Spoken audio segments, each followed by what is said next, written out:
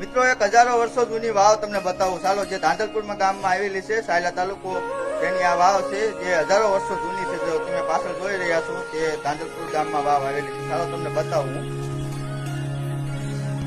તો જોઈ લો મિત્રો, આવી રીતની વાવ છે જે હજારો વર્ષો જૂની છે. તો ચાલો તમને સંપૂર્ણ વાવ બતાવું. મિત્રો જોઈ લો, આ વાવ જો તમે ઉપરથી ઠેઠ નીચે લગી, અને અત્યારે જો હાલમાં પણ આમાં પાણી છે. શિયાળો, ઉનાળો, ચોમાસું ત્રણેય ઋતુમાં અહીંયા પાણી જ હોય છે. આમાં પાણી કોઈ દિવસ ખૂટતું નથી અને બારે માસામાં પાણી ભરેલું જ રહે છે. જો આવી રીતની સંપૂર્ણ વાવ છે.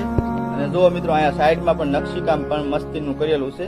જોઈ લો, આજે પહેલા જમાનામાં નકશીકામ કરતા એવું નકશીકામ પણ છે. અહીંયા જો એક કુંડળી નાથ છે, અહીંયા પણ એક થાંભી છે. જય માતાજી, જય માતા.